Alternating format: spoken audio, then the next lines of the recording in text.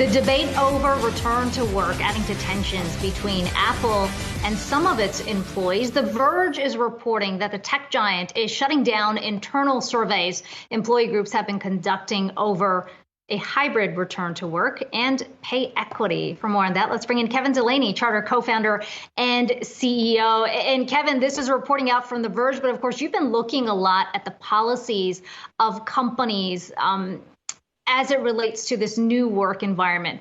How much of what's happening at Apple you think is unique to the company? How much of that you think points to this push and pull that's been happening between employees and executives?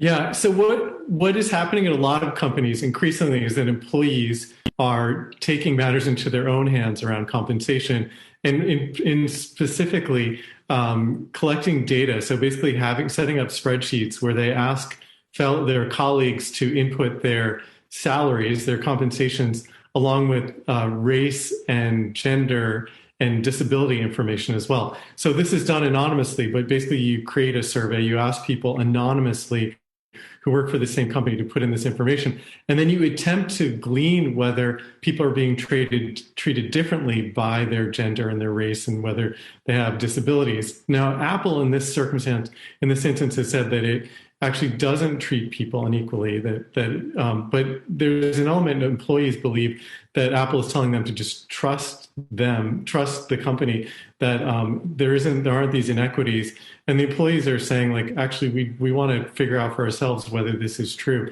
This is not unique to Apple. Apple just happens to be a high profile case. And what's happened now is that Apple has told the employees who are doing these surveys that they shouldn't be doing them, that it's against public company policy. And that's why it's sort of breaking out into the open. Kevin, this is a bit of a tricky question because on one hand, yes, pay transparency would allow you to see if indeed the company is treating certain people or certain groups of people that work for them differently than others. But then on the other hand, I think there is a valid concern from a company standpoint that too much transparency would create too much of a cutthroat environment as people within their own teams look to say that person is making more than me, I'm doing more work. So what is the proper balance of having the transparency so that the company can prove that it is treating people equally, but then on the second hand, not creating so much transparency that the work culture itself starts to degrade as well? Yeah, I think there are two layers here. And one of the layers is just this question of, is pay transparency good in general? And I think we're actually increasingly seeing companies experiment with this.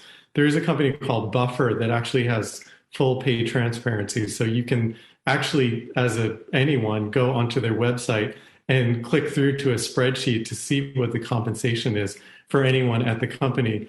Their belief is that this is actually a way to have fairer compensation. So if it's out in the open, you're much less likely to have a gap between men and women, for example, in terms of pay. And we know that there are actually still persistent pay gaps or pay gaps by what people's race are. So, Buffer is an interesting example, and there has been some research done on that company for how they've handled it. My sense is that it's not more cutthroat, but while Buffer's original intent was that it would allow people to think about pay less because they had confidence that they were being paid fairly relative to their colleagues, what their actual experience was there wound up being a lot of conversations about pay, and it wound up being more of a preoccupation than they originally expected.